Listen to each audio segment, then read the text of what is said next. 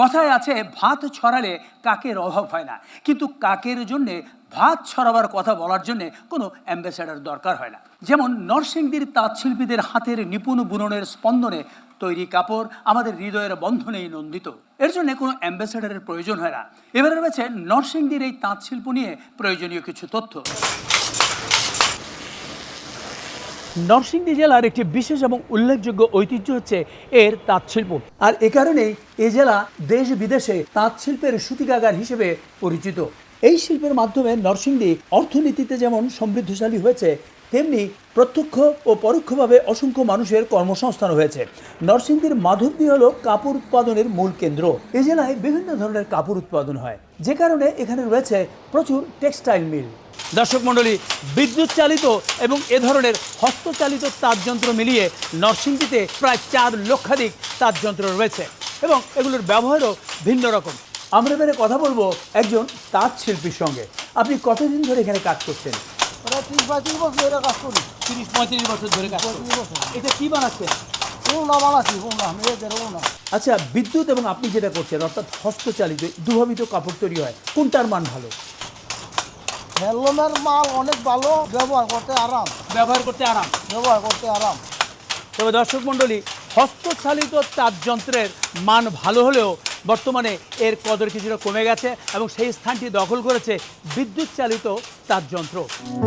তাঁতের উৎপাদিত পণ্যকে ঘিরে নরসিংদীর শেখেরচর এলাকায় গড়ে উঠেছে বাংলাদেশের সবচেয়ে বড় পাইকারি কাপড়ের হাট বাবুরহাট।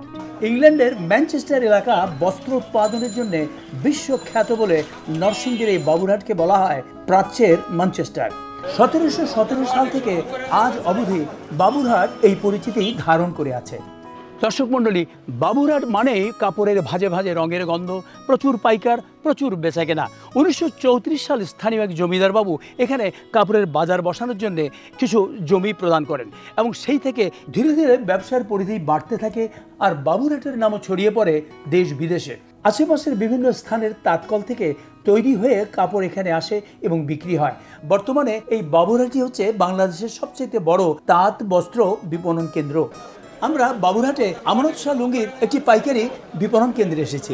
আপনারা দেখতে পাচ্ছেন আমার চারপাশে রয়েছে হাজার হাজার লুঙ্গি, বিভিন্ন মানের এবং বিভিন্ন দামের রয়েছে এবং সবগুলো লুঙ্গি হচ্ছে তাঁতের লুঙ্গি। আমরা একজন বিপণন কর্মীর কাছে জানতে চাইলাম, আচ্ছা এই বাবুরহাটের সর্বনিম্ন এবং সর্বোচ্চ কত দামের লুঙ্গি রয়েছে? আমাদের বাবুরহাটে এখন হোলসেল প্রাইস 250 থেকে আপনার 1500 পর্যন্ত। 1500 পর্যন্ত আছে। দর্শক মণ্ডলী, এবারে আমরা একটি টেক্সটাইল মিলে এসেছি। এখানে আমরা দেখতে পাচ্ছি যে বিভিন্ন প্রক্রিয়ার মাধ্যমে শাড়ি তৈরি হচ্ছে। আমরা এবার কথা বলবো এই প্রতিষ্ঠানের পরিচালক মাহবুবুর রহমান মনিরের সঙ্গে। আমরা দেখতে পাচ্ছি এখানে মেশিনের মাধ্যমে নানা রঙের এবং নানা ডিজাইনের কাপড় ছাপা হয়ে বেরিয়ে আসছে। এখানে 1 ঘন্টায় কত গজ কাপড় প্রিন্ট করা যায়? 1 ঘন্টায় আমাদের প্রায় 4 থেকে 5,000 হবে। এই কাপড়গুলো আপনারা কোথায় বিক্রি করেন? শেখেরচর, বাবুরহাট, তারপর ঢাকা, ইসলামপুর, ওখান থেকে সমগ্র বাংলাদেশে ছড়িয়ে যায়। বৃহস্পতিবার থেকে শনিবার এই 3 দিন এই বাবুরহাট পাইকার ব্যবসায়ীদের বিপণন তীর্থ হয়ে ওঠে এবং এই কদিনে এখানে বিক্রির পরিমাণ দাঁড়ায় প্রায় 1000 কোটি টাকার মতো। সারা দেশের বস্ত্র চাহিদার 70 ভাগই পূরণ হয় এই বাবুরহাট থেকেই। আর তাই তো এই জেলার স্লোগান তাঁত শিল্পের মেলা নরসিংদী জেলা।